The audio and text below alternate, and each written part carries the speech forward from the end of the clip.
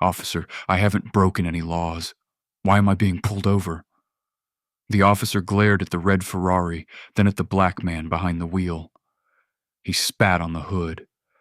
A $200,000 car and a black boy driving it. He laughed. "Get your ass out." "Sir, I'm complying." "Did I say speak?" He yanked the door open, dragged Jasper out, and slammed him against the hood. "You people are all the same. Thieves, drug dealers, animals." He pulled out his keys and scraped them across the Ferrari's door. A deep, ugly scratch. "A monkey doesn't deserve a car like this." A pickup slowed. "Wreck that thug's ride, officer." A teenager filmed, laughing. No one helped. Just a black man watching a cop destroy his $200,000 car. But the officers scratching the paint, the crowd cheering, they had no idea who they were messing with. The morning sun crept through the blinds of a modest home in Decatur, Georgia.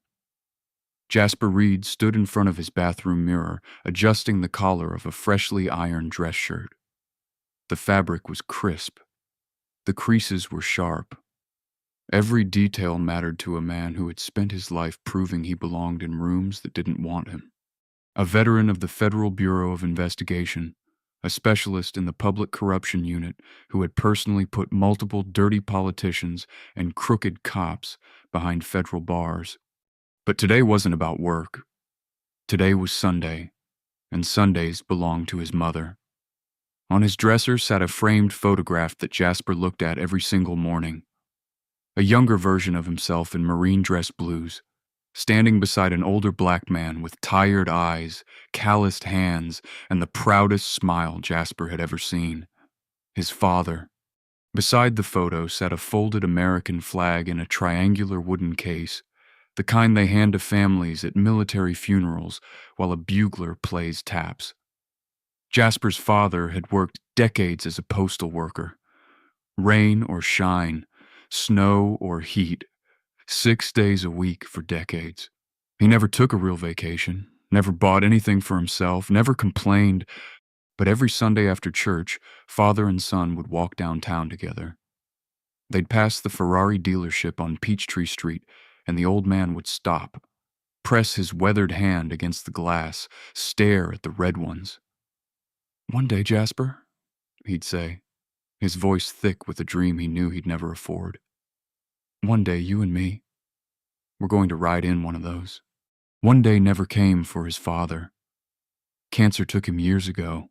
Pancreatic, advanced by the time they found it. Months from diagnosis to funeral. In his final letter, written in shaky handwriting on yellow legal paper, Jasper's father left 5 words that changed everything. "Get that red one, son." So Jasper did.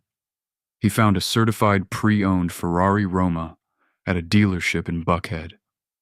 Rosso Corsa red, the classic Ferrari crimson, the exact shade his father had always pointed to through that showroom glass. Low mileage on the odometer. Previous owner was a hedge fund manager who'd upgraded to a Lamborghini. The price was significant. Jasper paid in cash. Every dollar of his savings account, every dollar of his father's life insurance policy, every penny he'd put aside for years, $200,000 of love, grief, and a promise kept. The car sat in his garage now, gleaming under LED lights like a museum piece. Jasper ran his hand across the hood every morning before work. Not because he loved luxury, not because he wanted to show off, but because every time he touched that car, he felt his father's presence. The passenger seat had never been sat in. Jasper was saving it, waiting for his father to somehow, somewhere take that ride. Today, he was driving the Ferrari to Milbrook County to visit his mother. A simple Sunday trip. Nothing complicated, no federal business, no undercover work. He walked to his closet and opened the small safe bolted to the floor. Inside sat his Glock 19M service weapon, a leather credential case containing his gold FBI badge and a backup magazine. He reached for the badge, then stopped. It was his day off. He was just visiting his mother. He didn't need to carry his credentials. He closed the safe. That decision would cost him $200,000. Soon after, Jasper was cruising down the interstate with the windows cracked, warm Georgia air flowing through the cabin. His phone sat in the center console, his mother's voice crackling through the speakers on a hands-free call. "You better not be speeding in that thing," she warned. "I don't care how much it cost. A ticket is a ticket." Jasper laughed. "Mama, I'm law enforcement. I follow the rules." "Mm-hmm. That's what your father used to say right before he got pulled over. I'll be there soon. Dinner's still at the usual time. Dinner's always at the usual time. Don't be late." He crossed the county line soon after. A green sign welcomed him to Milbrook County, a family community. What the sign didn't mention, Milbrook County's median household income was high. Its black population was low, and in recent years, the Milbrook County Sheriff's Department had accumulated dozens of formal complaints of racial profiling. Every single one had been dismissed. Jasper pulled into a gas station just inside the county line. As he stepped out of the Ferrari, he noticed a white patrol car idling in the corner of the lot. The officer inside was watching him. Not the car. Him. Jasper had been watched his entire life. He didn't react. What he didn't see was Officer Vance Whitaker picking up his radio. "Dispatch. Running plates on a red exotic vehicle. Decatur registration. Black driver requesting backup to Shadow." Whitaker was in his 30s, years on patrol. In that time, he'd racked up multiple formal complaints. Excessive force, racial slurs during traffic stops, unlawful vehicle searches, intimidation. Every complaint had been dismissed. His supervisors described him as thorough. His colleagues called him effective. The black residents of Milbrook County had other names for him.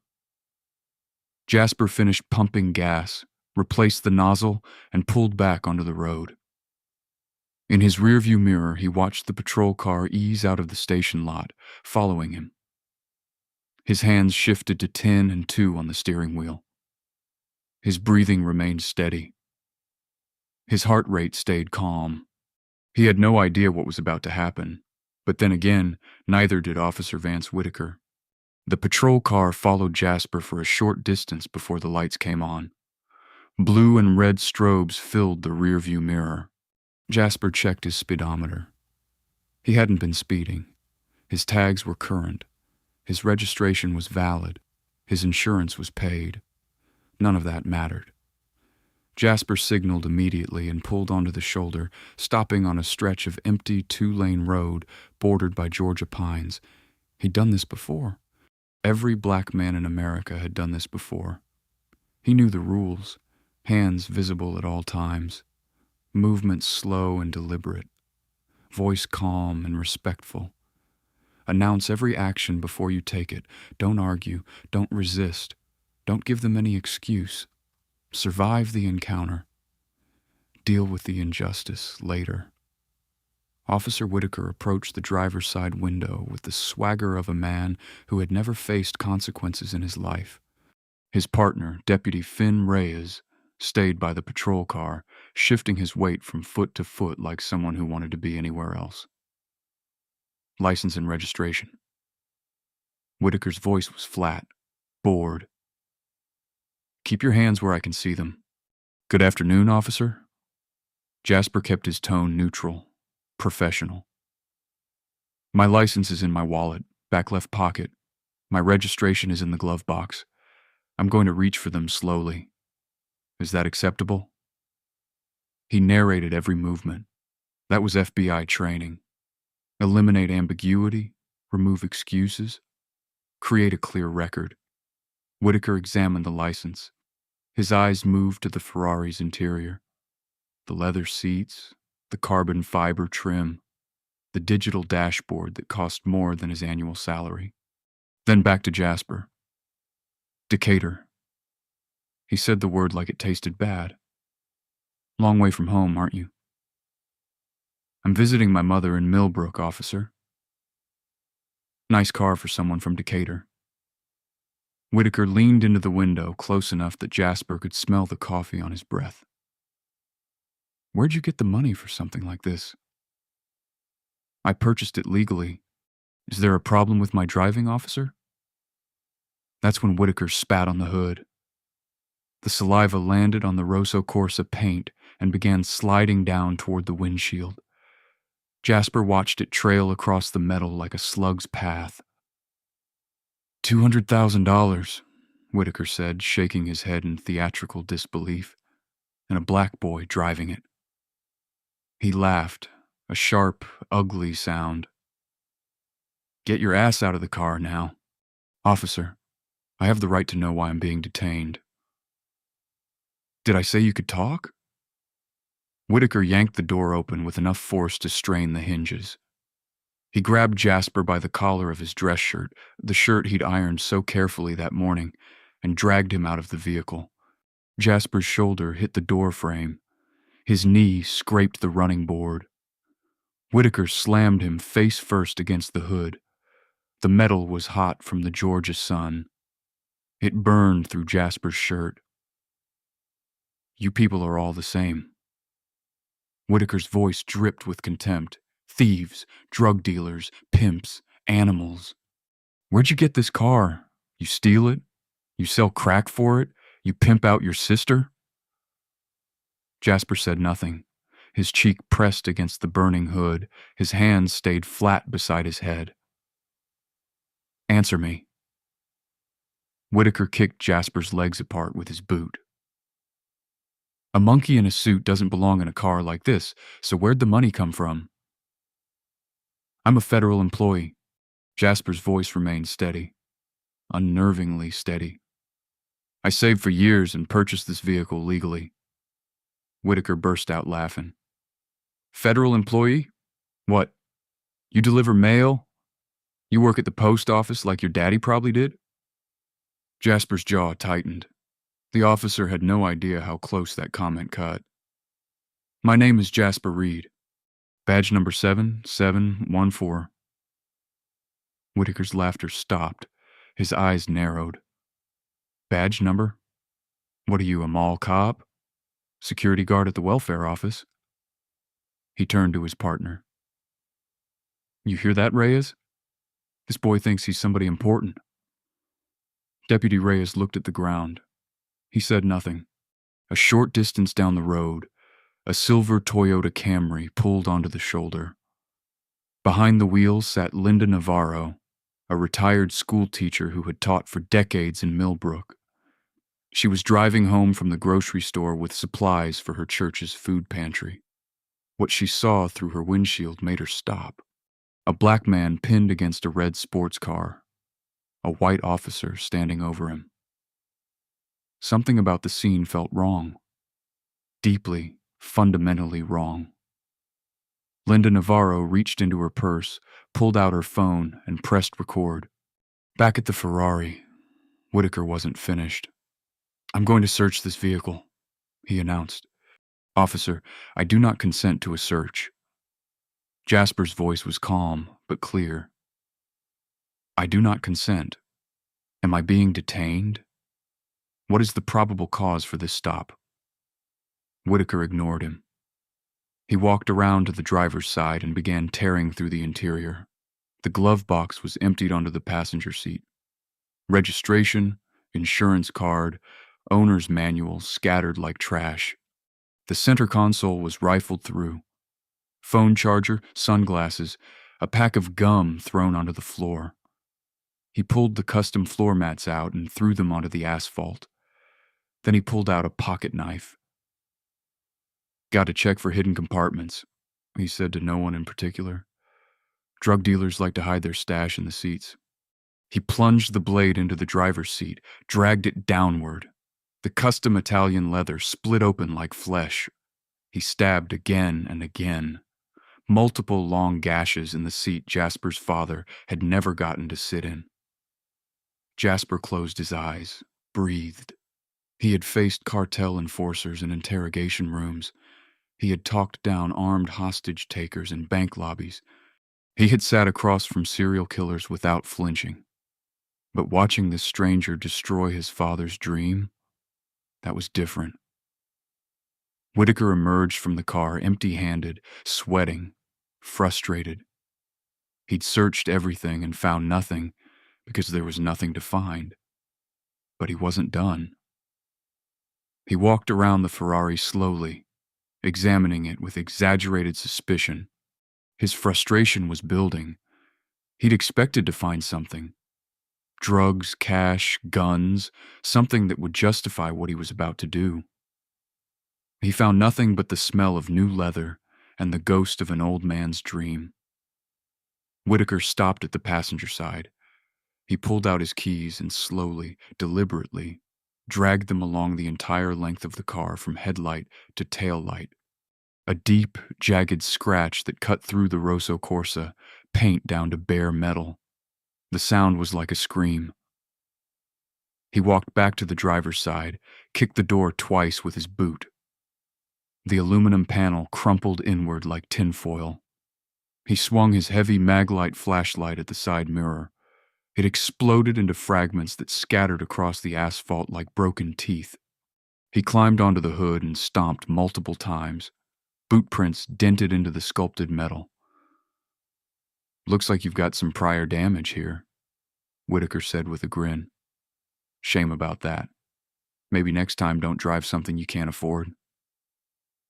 Through all of it, Jasper didn't move, didn't shout, didn't resist, but a single tear tracked down his cheek. Whitaker grabbed his radio. "Dispatch, I have a combative suspect resisting a lawful traffic stop, requesting immediate backup." "Officer," Jasper's voice cut through the air, "I have not resisted. I have not moved. I have complied with every instruction. Your body camera is recording everything."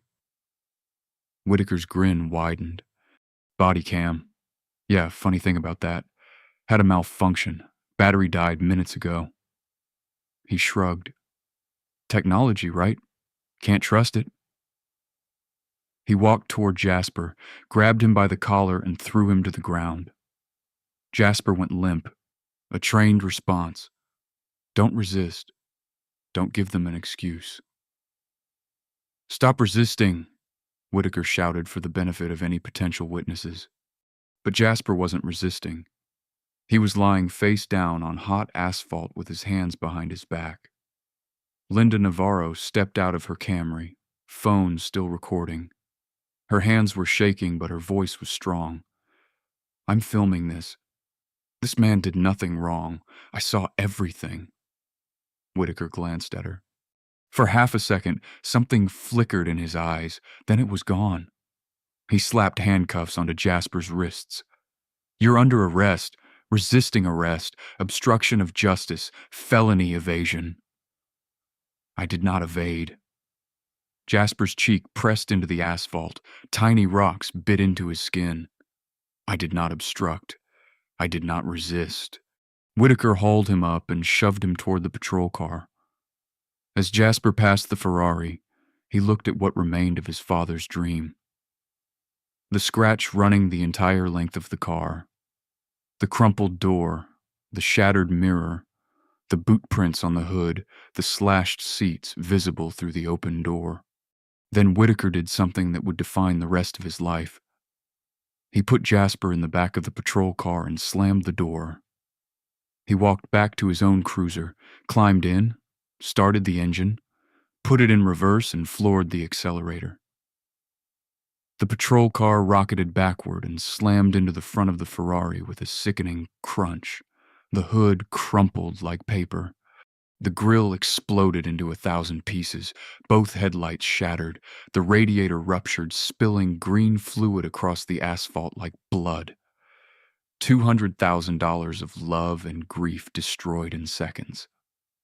Through the cruiser's rear window, Jasper watched in silence. Whitaker picked up his radio. His voice was casual, bored even. "Dispatch, minor vehicle contact during the arrest. Suspect's vehicle rolled forward into my cruiser. No injuries. Send a tow truck." Linda Navarro stood frozen on the shoulder, her phone capturing every second. The Ferrari, Jasper's father's dream, his life savings, his promise kept, sat crumpled and smoking on the side of the road. Total damage significant. Insurance assessment, total loss, salvage value low. Jasper Reed said nothing. He didn't need to. He was already building his case. The Milbrook County Sheriff's Station smelled like burnt coffee and desperation. Fluorescent lights buzzed overhead, casting a sickly yellow glow across the booking area where Jasper Reed stood in handcuffs, waiting to be processed, photographed, fingerprinted, cataloged like every other suspect who'd passed through those doors. The booking officer was a heavy-set woman in her 50s who looked like she'd seen everything and been impressed by nothing. She typed without looking up. Full name Jasper James Reed. Address in Decatur, Georgia. Occupation. Jasper paused just for a moment. Federal government. The booking officer's fingers stopped moving. She looked up at him. Really looked. Something flickered across her face. Curiosity, maybe. Or recognition of something that didn't quite fit. Then she shrugged, typed it in, moved on. Another clue ignored. Another warning missed. They put Jasper in a holding cell. Gray concrete walls, metal bench, stainless steel toilet without a seat. The air smelled like disinfectant and fear. Jasper sat down, folded his hands, breathed.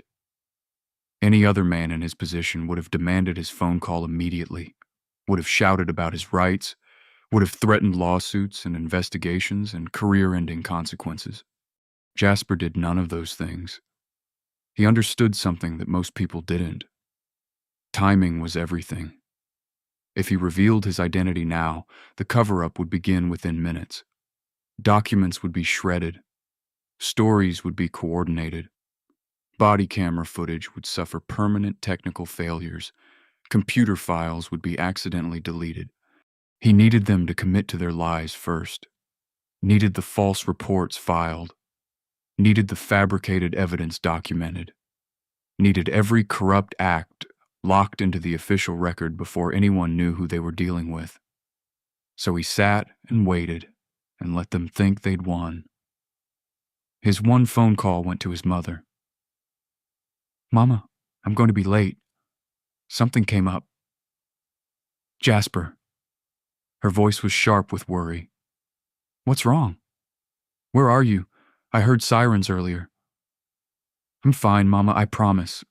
Just a misunderstanding. I'll explain everything tomorrow." "Jasper James Reed, you tell me right now.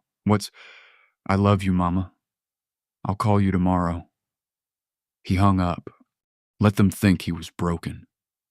Let them believe they'd crushed another nobody. Let them get comfortable in their lies. Meanwhile, at his desk in the deputy's bullpen, Officer Vance Whitaker was typing his incident report with a satisfied smile. His fingers moved across the keyboard with the confidence of a man who had never faced consequences.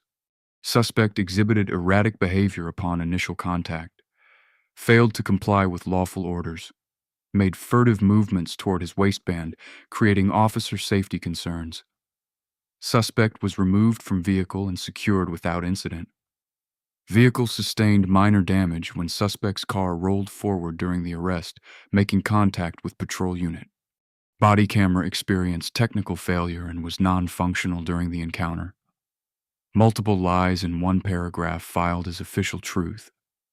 Sergeant Maya Kane reviewed the report in her office. She'd supervised Whitaker for years. She'd signed off on every complaint dismissal, every use of force report, every accidental vehicle damage incident. She scanned the document, initialed the bottom. "Good work, Whitaker. DA will probably plead this down to a misdemeanor, but at least we got another drug dealer off the road." Whitaker grinned. "Just doing my job, Sergeant." Across town, in a modest living room decorated with family photos and church bulletins, Linda Navarro sat on her couch with shaking hands. She'd watched her video multiple times. Each viewing made her angrier.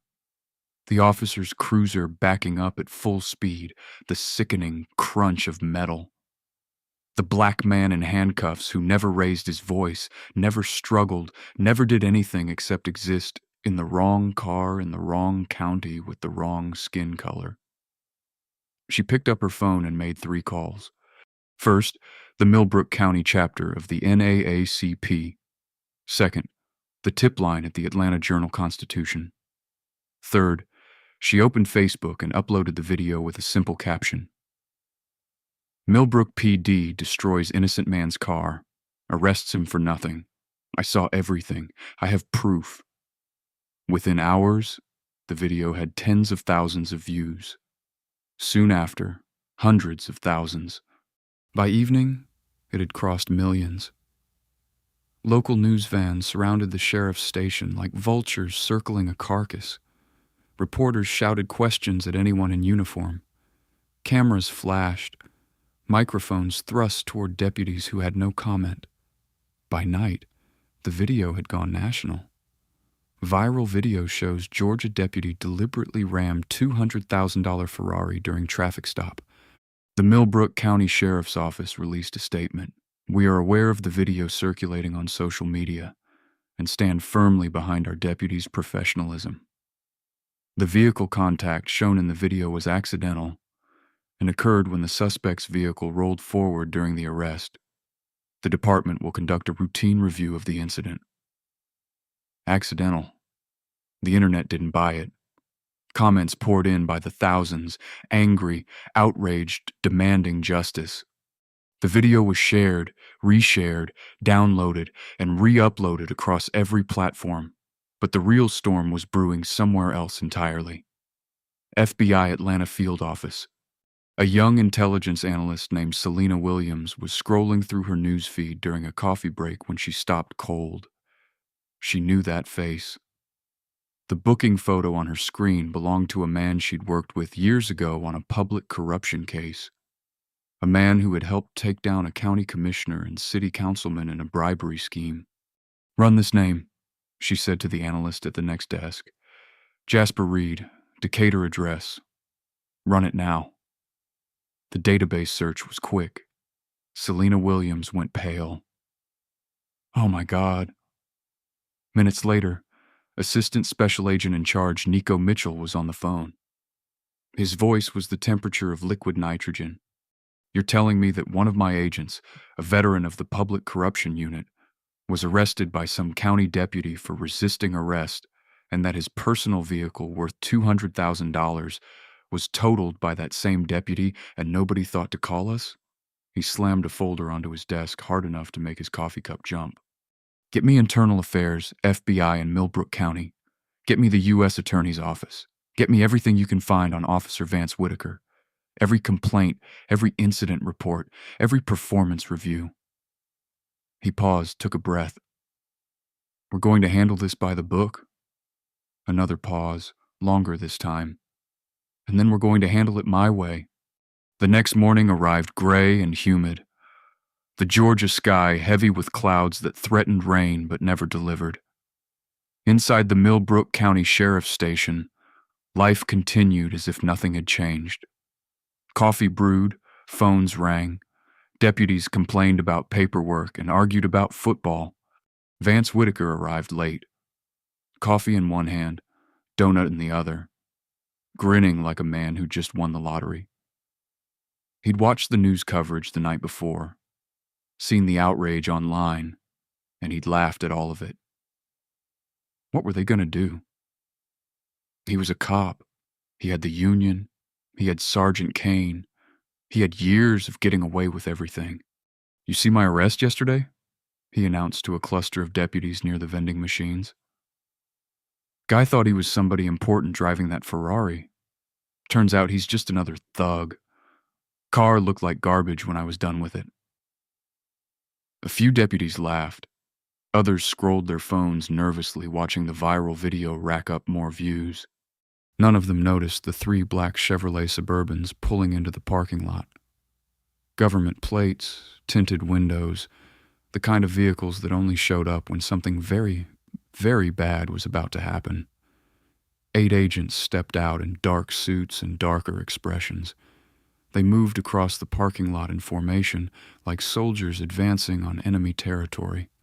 Leading them was ASAC Nico Mitchell, built like a linebacker who'd traded the field for federal law enforcement.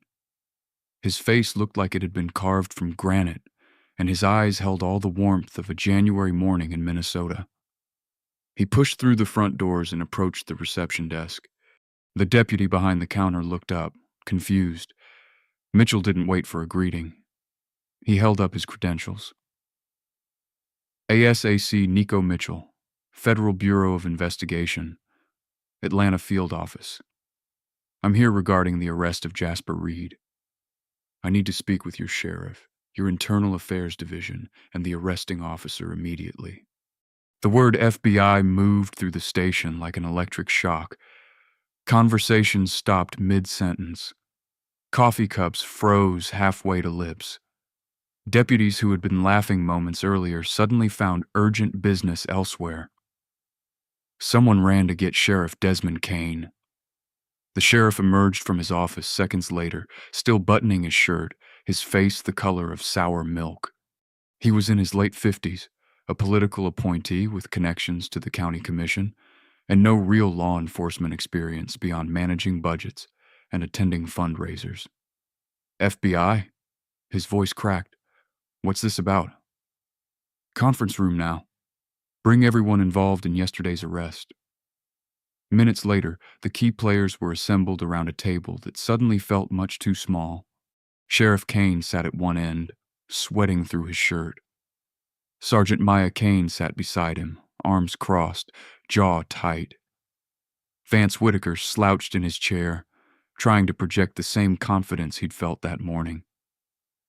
His leg bounced nervously beneath the table, betraying him. Deputy Finn Reyes stood in the corner, trying to make himself invisible. ASAC. Mitchell stood at the opposite end of the table. He did not sit. He did not smile. He did not hurry. Slowly, deliberately, he placed a leather credential case on the table. He opened it. Gold FBI badge, official photograph. The face of the man Whitaker had beaten, humiliated, and arrested the day before. Special Agent Jasper James Reed, Public Corruption Unit, years of federal service, recipient of the FBI Medal for Meritorious Achievement. Multiple letters of commendation, 0 disciplinary actions. Silence. The kind of silence that sounds like a career ending. Yesterday, Mitchell continued, his voice calm and precise, your deputy arrested a veteran FBI agent. He charged him with resisting arrest, obstruction, and felony evasion. He paused. None of these events occurred. He slid a photograph across the table. The Ferrari. What remained of it? Front end crushed, side gouged to bare metal, mirrors shattered, hood caved in with boot prints. Your deputy also destroyed Agent Reed's personal vehicle. $200,000. Total loss. Another photograph. The key scratch running the length of the car. He did this deliberately with witnesses present on camera. He tapped his phone. Linda Navarro's video played on the screen. The cruiser accelerating backward, the impact, the crunch of metal that sounded like bones breaking. Your deputy then filed an incident report claiming vehicle sustained minor damage when suspect's car rolled forward during the arrest. Would anyone in this room like to explain to me how a parked car rolls forward into a reversing police cruiser? Whitaker's face had gone white. His mouth opened, closed, opened again. I didn't know. His voice was barely a whisper. He didn't tell me he was... How was I supposed to? He told you he was a federal employee. Mitchell's voice hardened. He gave you his badge number. You laughed and called him a mall cop. Then you keyed his car, kicked in his door, shattered his mirror, stomped on his hood, and rammed it with your cruiser while he watched from the back of your patrol vehicle. He turned to Sergeant Maya Kane. And you, Sergeant, you signed off on this report, a report that claims Agent Reed reached toward his waistband. He held up the document. There is no moment in any footage, body camera, witness video, or dash cam that supports this claim. You also approved a report describing significant deliberate destruction as minor vehicle contact. Maya Kane's arms uncrossed, her confident posture crumbled. I relied on my deputy's account. You endorsed a false federal document. You facilitated a cover-up that makes you complicit in civil rights violations. Mitchell looked at Deputy Finn Reyes, still trying to disappear into the corner. And you, Deputy Reyes, you were present for the entire encounter. You watched your partner assault a federal agent, destroy his property, file a false report, and you said nothing. Did nothing. Reyes stared at the floor. His hands trembled. Here's what we're looking at. Mitchell's voice filled the room. Civil rights violation under 18 U.S.C. Section 242, deprivation of rights under color of law, false statements to federal investigators, obstruction of justice, destruction of property, evidence tampering, and depending on how many people in this room knew what was happening and chose to remain silent, conspiracy. He let that word hang in the air like a guillotine blade. The FBI is assuming jurisdiction over this investigation. Your cooperation will be documented. Your obstruction will be prosecuted. You have the right to legal counsel. I suggest you exercise it.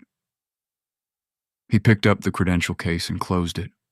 All charges against Agent Reed were dropped minutes ago. His arrest has been expunged from every database. This meeting is being recorded. Federal agents will begin collecting evidence within the hour. He walked toward the door, paused. One more thing.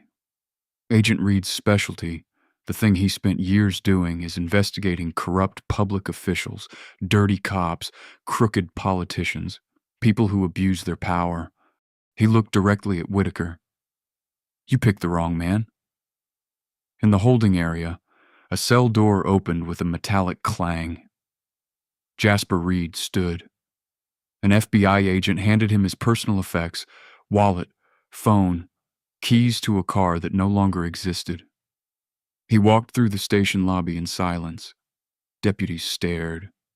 Some looked away in shame. Others pretended to be busy with paperwork. Whitaker, being escorted to an interview room, passed within feet of him. Their eyes met. Jasper said nothing. He didn't need to. Outside, the sun had broken through the clouds. ASAC Nico Mitchell waited by one of the Suburbans. You could have called us yesterday, Mitchell said. One phone call, and we would have had agents here within the hour. Jasper nodded slowly. If I had, they would have started destroying evidence before you arrived, shredding documents, aligning stories, making sure the body camera footage was permanently lost. So you let them think they'd won. I let them commit to their lies, file their false reports, document their cover-up. I needed the evidence locked in before anyone knew who I was. Mitchell studied him for a long moment. You built the case against yourself. Jasper's voice was quiet. No, I built the case against them. He walked to the impound lot. The Ferrari sat alone in a corner, cordoned off with yellow tape. The front end was caved in. The hood buckled. The passenger side looked like it had been attacked with a chainsaw. Fluid stained the concrete beneath. Jasper placed his hand on the crushed roof, closed his eyes. His father had never sat in this car, never felt the engine rumble, never smelled the leather interior, never experienced the dream he'd carried for decades, and now it was destroyed. Because a man with a badge had looked at Jasper and seen only a color, only a stereotype, only someone who didn't deserve what he had. $200,000, twisted metal, shattered glass, a promise kept and a promise broken at the same time. Jasper stood there for a long time. Then he walked away. There was work to do. The FBI's Civil Rights Division opened a formal investigation within days of the incident. Multiple agents were assigned to the case, more than most murder investigations received. Evidence technicians descended on Milbrook County like locusts, collecting documents, cloning hard drives, and cataloging every piece of equipment Whitaker had touched in recent years. But the FBI wasn't working alone. Under intense federal pressure, Milbrook County was forced to launch its own internal affairs probe. For the first time in the department's history, that investigation would be conducted under federal supervision. Lieutenant Selina Howard was assigned to lead the county's internal review. Decades in law enforcement, and one of only a few black officers above the rank of sergeant in the entire department, she had built her career by being twice as good as everyone else in rooms that didn't want her there. She understood exactly what was at stake. The body camera evidence came first. Whitaker had claimed his camera malfunctioned. Battery failure, technical glitch, the kind of random equipment problem that could happen to anyone. The FBI's Digital Evidence Laboratory told a different story. The camera was manually powered down minutes before the subject vehicle was damaged. It was powered back on minutes later after the suspect was already in custody and the vehicle was destroyed. The camera hadn't malfunctioned. It had been deliberately disabled. But Whitaker didn't know about Linda Navarro. He didn't know her phone had captured everything his camera had conveniently missed. The ramming, the grin on his face, the casual radio call reporting minor vehicle contact. All of it in high definition with audio. Next came the pattern analysis. FBI analysts pulled years of Whitaker's traffic stop records. Every interaction, every arrest, every incident report. They cross-referenced demographics, vehicle values, outcomes, and complaints. What they found was damning. Multiple traffic stops involving black drivers in high-value vehicles. Mercedes, BMWs, Lexuses, Teslas. In every single case, Whitaker had cited suspicious behavior or erratic driving as probable cause for the stop. In only a few of those stops was an actual citation issued. In 0 cases was any contraband found. His body camera had malfunctioned during multiple of those stops, and in several cases, several separate incidents over years, the vehicles had sustained what Whitaker's reports described as incidental damage during the encounter. Scratches on paint, dented doors, cracked windows, broken mirrors, all ruled accidental, all signed off by Sergeant Maya Kane. Jasper Reed wasn't Whitaker's first victim. He was one of many. The only difference was that Jasper Reed had the power to fight back. Deputy Finn Reyes's interview took place in a small room with gray walls, a metal table, and a recording device. Lieutenant Selina Howard sat across from him. She didn't rush, didn't pressure, just waited. Reyes's leg bounced, his hands twisted together. He looked everywhere except at her eyes. "You were there the entire time," Howard said finally. "You watched him pull Mr. Reed from his vehicle. You watched him key the car, kick the door, shatter the mirror. You watched him reverse his cruiser into the front end at full speed." She paused. "And you said nothing. Did nothing? Why?" Reyes's voice cracked. I wanted to. I knew it was wrong, but Whitaker. Everyone knows you don't cross him. Kane protects him. The union protects him.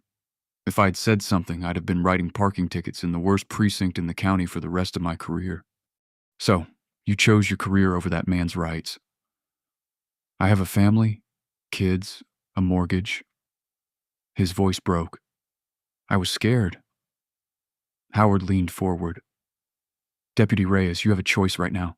Cooperate fully. Tell us everything you saw, everything you heard, everything you know, and we can discuss your future in law enforcement. Stay silent and you'll be included in the obstruction charges. Conspiracy, accessory after the fact." Long silence. Reyes's hands stopped twisting. "I'll cooperate. I'll tell you everything." He took a breath. He planned it before we even pulled the guy over. We were at the gas station, and Whitaker saw the Ferrari, saw the black guy driving it, and he said, "Watch me teach this one a lesson about driving cars he can't afford. Premeditation on the record. Admissible in federal court." Reyes kept talking. "He does this all the time. Every time he sees a black guy in a nice car, it's the same thing. Drug dealer, pimp, stolen. He's got this hatred, like it personally offends him when they have something nice and no one's ever reported him. People have, lots of people, but the complaints never go anywhere. Kane signs off on everything. The sheriff doesn't want the headache. The union fights every investigation." He looked up, met Howard's eyes. "Everyone knows. No one does anything. We just let it happen." Sergeant Maya Kane's interview was different. She arrived with a union lawyer and a chip on her shoulder the size of Milbrook County. Sat down with her arms crossed and her jaw set. She didn't stay confident for long. "Sergeant Kane, you've supervised Deputy Whitaker for years. In that time, he accumulated multiple formal complaints: excessive force, racial slurs, unlawful searches, multiple incidents of accidental vehicle damage during traffic stops. You signed off on every dismissal, every use of force report, every incident. I followed departmental procedures. You also wrote in a performance evaluation." The FBI agent pulled out a document. "Deputy Whitaker demonstrates exemplary dedication to proactive policing. Can you explain what proactive policing means when it involves deliberately destroying a citizen's $200,000 vehicle?" Kane's lawyer whispered in her ear. "I'm invoking my Fifth Amendment rights." "That's your choice, but your signature is on multiple false reports documenting vehicle damage as accidental. You either knew what Whitaker was doing and approved it, or you were negligent to the point of criminal complicity." The agent leaned forward. "Either way, Sergeant, your career in law enforcement is over. The only question is whether you'll spend the next few years in a federal prison." Sheriff Desmond Kane wasn't formally interviewed. He was too busy trying to save his political career. His meeting with county legal counsel lasted hours. "Sheriff, the situation is worse than we initially assessed. The FBI has jurisdiction because the victim is a federal agent. We're looking at civil rights violations, destruction of federal property, obstruction, conspiracy. If the feds press charges and we don't cooperate, we're facing a consent decree, federal oversight of our entire department for years, maybe a decade. What do we do? Get ahead of it. Terminate Whitaker immediately. Suspend Kane. Announce reforms before they're mandated. Make it look like we're taking action voluntarily instead of having it forced on us." "And if we don't," the lawyer sighed, "then Milbrook County becomes a national symbol of police corruption. Property values drop, tax revenue falls, businesses relocate, and you personally become the face of everything that went wrong." Kane fired Whitaker that afternoon.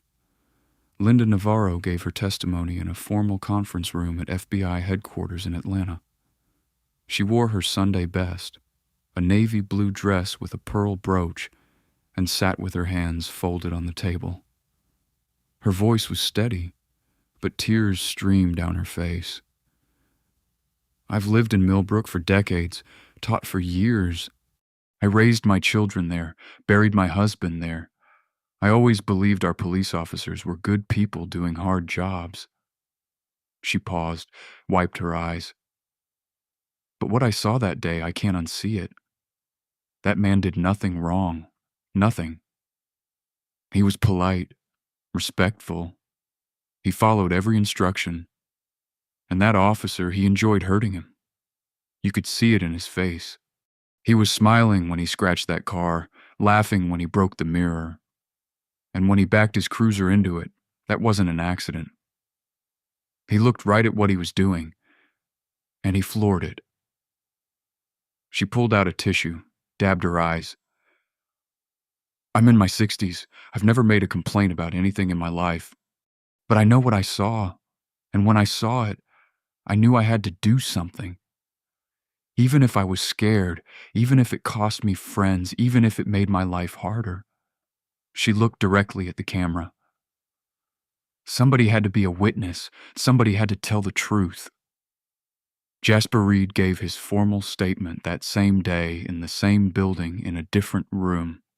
I complied with every instruction. I identified myself as a federal employee. I gave my badge number. I asked for probable cause multiple times. I did not resist. I did not obstruct. I did not evade. His voice was calm, measured, the voice of a man who had testified in dozens of federal cases. And he destroyed my car anyway. Not because I did anything wrong, not because he had any evidence of any crime, but because he looked at me and saw something that offended him. A black man with something nice. A black man who didn't look like he was supposed to look. A black man who didn't belong. He paused. That car was my father's dream. My father worked decades as a postal worker. Never took a vacation, never bought himself anything. But every Sunday, we'd walk past the Ferrari dealership and he'd put his hand on the glass and say, "One day, son, one day." Jasper's voice caught just for a moment. He died years ago. His last wish was for me to buy that car. So I did. Every dollar I'd saved for years, every dollar of his life insurance, I bought it so he could finally have his dream. Even if he wasn't here to see it, he straightened. And Vance Whitaker destroyed it in minutes because I'm black. Because he thought no one would believe me. Because he thought he could get away with it like he'd gotten away with it dozens of times before. His eyes met the camera. He was wrong. The investigation continued for months. The media attention never wavered. Cable news discussed the case nightly. Social media raged. Milbrook County became synonymous with everything wrong with American policing. And Jasper Reed said nothing publicly. No interviews, no press conferences, no statements. He let the evidence speak. But justice came with a price. His face was everywhere. Every news broadcast, every social media feed, every discussion about police reform and racial profiling. The undercover career he'd spent years building was effectively over. His ability to work covert operations, his greatest skill, his primary value to the Bureau was gone. And the Ferrari was gone too. Insurance declared it a total loss. Salvage value low. A $200,000 car reduced to scrap metal. Some losses can't be recovered. Some costs can't be reimbursed. Attorney Harlan Oates was in his 60s, silver-haired, sharp-eyed, a former federal prosecutor who had spent the second half of his career as a civil rights attorney suing police departments across the South. He met with Jasper in a quiet office overlooking downtown Atlanta. "Agent Reed, the FBI will handle the criminal prosecution. That's their jurisdiction. But there's also a civil case here against Whitaker personally, against Milbrook County, against a system that allowed this to happen dozens of times before you came along. I'm not interested in money. I'm not talking about money for you. I'm talking about accountability, about making it so expensive to protect bad cops that counties can't afford to do it anymore." Oates leaned forward. "Your car was worth significant value. Your undercover career, conservatively valued at decades of federal service, has been compromised. Your father's memory has been violated. The damages are substantial. And if we win, donate every penny if you want. But first, make them pay it. Hit them where it actually hurts. Their budget, their insurance premiums, their political careers." Jasper was silent for a long moment. "Do it." The press conference was held on a morning. Sheriff Desmond Kane stood at a podium bristling with microphones, looking like a man facing a firing squad. After a thorough internal review, Deputy Vance Whitaker has been terminated for cause. His conduct, including the deliberate destruction of a citizen's vehicle, violated our department's values, our training, and the constitutional rights of an American citizen. This behavior will not be tolerated in Milbrook County. Years of complaints, multiple damaged vehicles, zero consequences until he wrecked the wrong man's car. Weeks later, the federal indictment came down. Former Deputy Vance Whitaker has been indicted on federal civil rights charges, including deprivation of rights under color of law, destruction of property, falsifying federal records, and obstruction of justice. These charges carry a combined maximum sentence of years in federal prison. Sergeant Maya Kane was suspended without pay and permanently demoted to patrol officer. Her supervisory failure, including signing off on multiple false accidental damage reports, was cited as enabling Whitaker's pattern of abuse. She resigned months later, rather than face further investigation. The civil case moved faster than anyone expected. County lawyers knew they couldn't win. The video was too clear, the pattern too established, the public outrage too intense. Milbrook County settled for millions. Jasper Reed donated every cent. One portion went to a scholarship fund for black law enforcement officers, another to a wrongful conviction legal defense fund. The largest portion went to Linda Navarro's church renovation project. He never told her. She found out when the contractor showed her the anonymous donation receipt. The federal consent decree was signed months after the incident. Years of mandatory federal oversight. New training requirements. Body camera policies with immediate termination for tampering. Mandatory documentation of any vehicle damage during traffic stops. A civilian review board with subpoena power. For the first time in Milbrook County's history, someone was watching the watchers. Deputy Finn Reyes testified fully against his former partner. He wasn't criminally charged. His cooperation had earned him that. Instead, he was reassigned to the training division where he now teaches a course on intervention. How to stop a fellow officer from crossing the line. He calls it what I should have done. The sentencing hearing was held on a morning. Vance Whitaker stood before a federal judge in civilian clothes. His uniform was gone. His badge was gone. His swagger was gone. Mr. Whitaker, you have pleaded guilty to one count of deprivation of rights under color of law and one count of destruction of property. Do you understand the consequences of this plea? His voice was barely audible. Yes, Your Honor. You are sentenced to years in federal prison. You are ordered to pay significant restitution for the destroyed vehicle. You are permanently barred from employment in law enforcement in any jurisdiction in the United States. Years behind bars. Jasper Reed donated the restitution too. He didn't attend the sentencing. He was working back in the field investigating public corruption. A new case, a new target. When a colleague asked why he'd skipped the hearing, Jasper shrugged. The best revenge is doing your job well. Linda Navarro sat in the back row of the courtroom that day. She watched the man who had terrorized a stranger on a roadside get led away in handcuffs. She thought about pressing record on that afternoon months ago. Sometimes courage is just pressing a button. 1 year later, Jasper Reed pulled into a Ferrari dealership in Atlanta. A salesman approached, eyes bright with commission dreams. Beautiful day, sir? Looking to upgrade? Jasper looked at the cars. Red ones, black ones, silver ones, each one worth more than most people made in years. He thought about his father. The Sunday walks, the hand pressed against the glass. No, he said quietly. Just looking. He walked away. The insurance had paid out. The restitution had been donated. He could have afforded another Ferrari. He chose not to. Some things can't be replaced. Some dreams belong to a moment that's gone. He bought a practical sedan instead. Silver, practical, enough to get him to his mother's house on Sundays. That was enough. In his home office, Jasper placed a new photograph on his dresser. Not of the pristine Ferrari he'd once owned, of the wreckage, the crumpled hood, the shattered grille, the deep scratch running from headlight to taillight.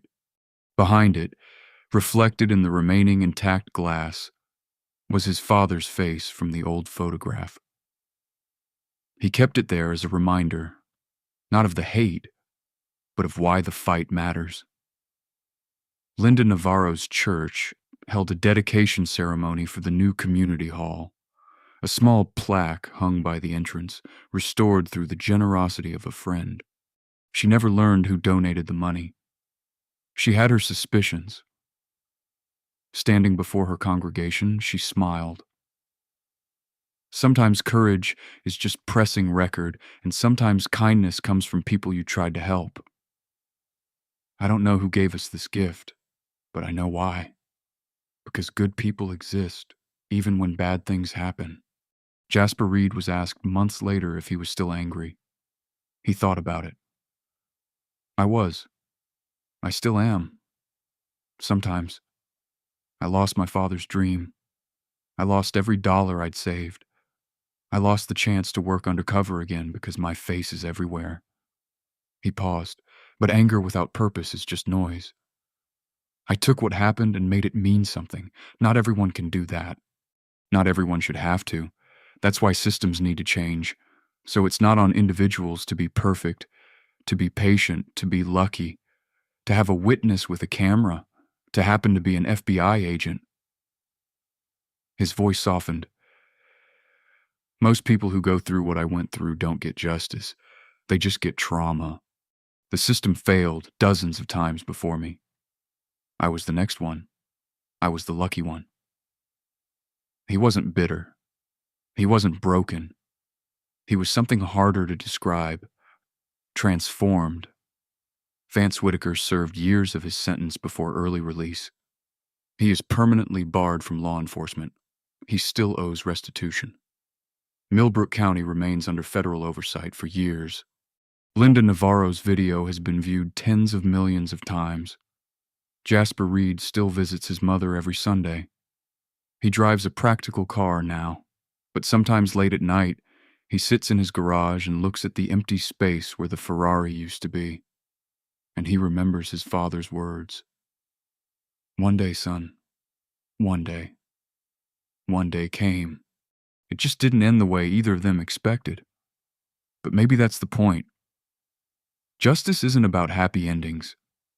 It's about making sure the next person, the next black man, pulled over for driving the wrong car in the wrong county, has a better chance than you did. Jasper Reed didn't become a symbol because he wanted to. He became one because a man with a badge saw a car, saw color, and decided he already knew the whole story. He was wrong. And now the whole world knows it. If this story made you feel something, anger, hope, or just the need to think, share it with someone who needs to hear it, because stories like Jasper's don't spread themselves. We spread them.